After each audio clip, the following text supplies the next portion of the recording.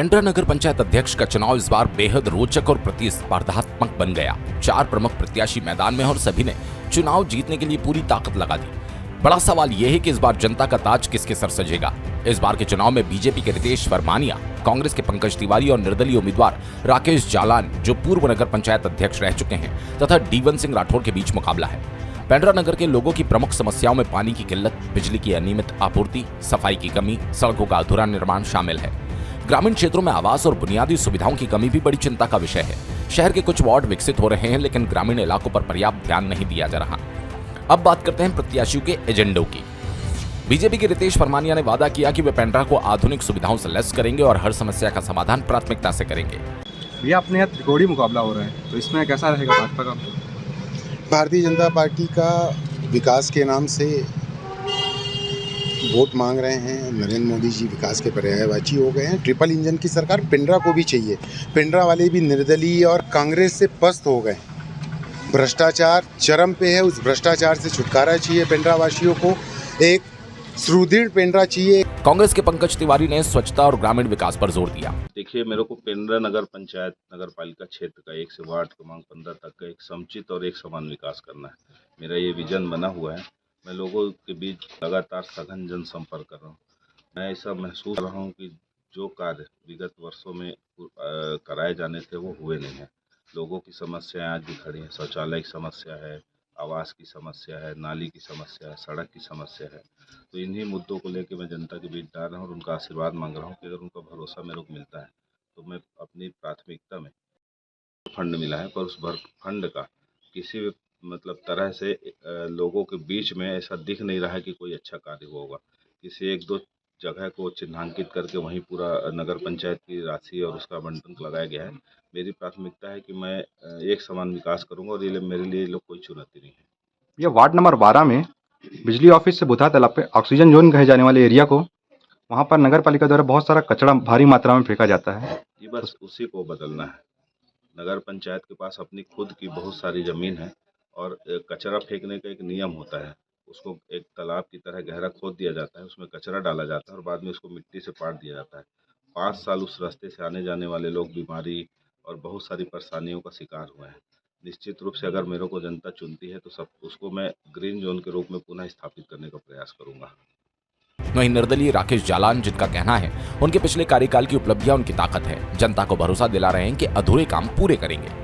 पेंड्रा में आप निर्दलीय चुनाव लड़ रहे हैं, कितनी बड़ी चुनौती मानते हैं भैया? देखिए, मैं इसको एक भी चुनौती नहीं मानता हूँ। ये तो जनता का प्यार और आशीर्वाद है जिसने मुझे खड़ा किया है। आप आज चाहे कांग्रेस के प्रत्याशी हो चाहे भाजपा का प्रत्याशी हो, कोई से पूछेगा तो बोलेगा कि मेरी टक्कर कालू जलान से ही। मैं इनको कहीं चुनौती नहीं मानता, क्योंकि जनता का प्यार और आशीर्वाद है और मेरे को पूरा भरोसा है कि जनता में आप देखे होंगे बड़ी बड़ी गाड़ियाँ फंस जाती हैं। कुंभ में आज चले जाइए आप, बड़ी बड़ी गाड़ियां फंस जा रही है और ऑटो किनारे से निकल के अपनी मंजिल तक पहुंच जाता है। वैसे ही मेरे को पूरा विश्वास है कि जनता के आशीर्वाद के ऑटो में मैं बैठा हूं और मेरी भी गाड़ी 11 तारीख को जब वोट डलेगा तो ऑटो ही ऑटो पड़ेगा और 15 तारीख को हमारी ऑटो किनारे से निकलते हुए अपनी मंजिल तक पहुंचेगी। अच्छा, क्या क्या मुद्दे हैं जो जिनको लेकर आप जा रहे हैं? मुद्दे तो सिर्फ जनता कह रही कि आपने भैया विकास किया और हम अपना बेटा चुनना चाहते हैं जिससे हम कभी भी मिल सकते हैं। तो जनता मुद्दे तो मेरे सामने है। मैं विकास के मुद्दे को लेकर चल रहा हूँ, जनता के प्यार और आशीर्वाद को लेकर चल रहा हूँ। अच्छा, वही साफ सफाई को लेकर, नगर की साफ सफाई को लेकर क्या कहना? नगर की साफ सफाई देखिए, हमने जितना हो सका उतना किया है। एक आध जगहों का वीडियो ये वायरल कर रहे हैं सोशल मीडिया के माध्यम से, तो हमारे कचरा वहाँ डंप होता है और जैसे ही कचरे इकट्ठे हो जाते हैं उसके ऊपर मिट्टी डाल दी जाती। तो आप भी देखे होंगे कि विपक्ष के पास मुद्दे नहीं है। मैं तो ये कहता हूँ कि आज उनके भी पार्षद थे भारतीय जनता पार्टी के, 5 सालों ने कभी उन्होंने नगर पालिका में कोई घेराव किया क्या? और भी पार्षद थे, आज वो बड़ी बड़ी बातें कर रहे हैं चुनाव के समय में। 5 साल वो कहाँ चले गए थे? उपाध्यक्ष बने हुए थे शहर में, एक तो अपना विकास कार्य बता दें तो मैं जो कहे वो बोलूँ। अच्छा, लाइट वाइट की व्यवस्था को लेकर क्या कहना? लाइट पूरे शहर में 5 साल के कार्यकाल में, 2 साल तो मेरा कोरोना में निकल गया, 3 साल के कार्यकाल में ऐसी कोई गली नहीं बची जहाँ मेरे लाइट लगी नहीं। लाइट के कार्य अभी भी चल रहे हैं। टेंडर प्रक्रिया में होता है, टेंडर किसको मिलता है उसको मानदंड देखा जाता है, उसके बाद टेंडर दिया जाता है। वहीं 11 तारीख को मतदान है, क्या संदेश देना चाहेंगे? 11 तारीख को जनता से मैं कहूँगा कि आप नेता नहीं बेटा चुनिए। आपका एक वोट, जैसे ही आप ऑटो छाप में एक बटन दबाएंगे, राकेश जालान आपके परिवार का सदस्य के रूप में आएगा। कोई अध्यक्ष नहीं आएगा, आपका बेटा आएगा, आपका भतीजा आएगा, बस। दीवन सिंह राठौर भी नगर के संतुलित विकास के वादे के साथ मैदान में हैं। भैया वही देखा जाए तो आप निर्दलीय प्रत्याशी के रूप में नगर पालिका पेंड्रा से चुनाव मैदान में उतरे हैं। क्या कुछ मुद्दे हैं भैया आपके जिनको लेकर आप जनता के बीच में जा रहे हैं? सर मेरा मुद्दा ये है कि रोड है जो अपना बस स्टैंड नया बस स्टैंड से पूरा बचरवार वाला रोड है, पूरा जर्जर पड़ा है जवानों से। नाली साफ नहीं हो रहे हैं, नाली बन नहीं रहे हैं, आवास पेंडिंग पड़ा हुआ है, लोगों का परेशान है, पानी मिल नहीं रहा है। और क्या है, जिससे गरीब परिवार के लोग हैं, शादी कर नहीं पा रहे हैं, शासन दे रहा है उसके बावजूद भी उसको फॉलो नहीं कर रहे हैं लोग। आवास की क्या स्थिति है यहाँ? आवास सर आधा पड़ा है, लोग बरसात में पन्नी छा के रखते हैं, पैसा निकल नहीं रहा है लोगों का। उसके बाद जब पैसा के लिए बोलते हैं तो बोलते 4,000 रुपये दो जमा करो तब आपका पैसा निकलेगा। अब गरीब आदमी 4-5 हज़ार रुपये लेके कहाँ से आएगा? अच्छा, वहीं पिछले जो कि नगर पंचायत अध्यक्ष थे जी, उनके कार्यकाल से कितना क्या? सर वो इधर तो कुछ किए नहीं हैं। 1 वार्ड से 6 वार्ड तक पूछ लीजिए, जितना पैसा आता है वो पैसा कहाँ गया? एक विकास नहीं हुआ है। वो जो किए हैं हाई स्कूल साइड किए हैं, जो एक स्विमिंग पूल बनवा दिए, 2-4 ठो लाइट लगवा दिए। और ब्लॉक का भी देख लीजिए कितना घटिया मटेरियल से काम हो रहा है। देख सकते हैं आप खुद, लोकल रहते हैं, आपको खुद जहाँ जा रहा हूँ खुद समझ में आ रहा होगा। अच्छा, वहीं पेंड्रा नगर से सिटी से लगा हुआ है यह वार्ड जी, इसमें क्या क्या कमी लग रही है आपको? सर मेरे को तो बहुत सारे कमी दिख रहे हैं। नाली भी साफ नहीं, नाली भी नहीं बने, पानी पूरा रोड में चल बह रहे हैं, पानी भी टाइम पे मिल नहीं रहा है लोगों को।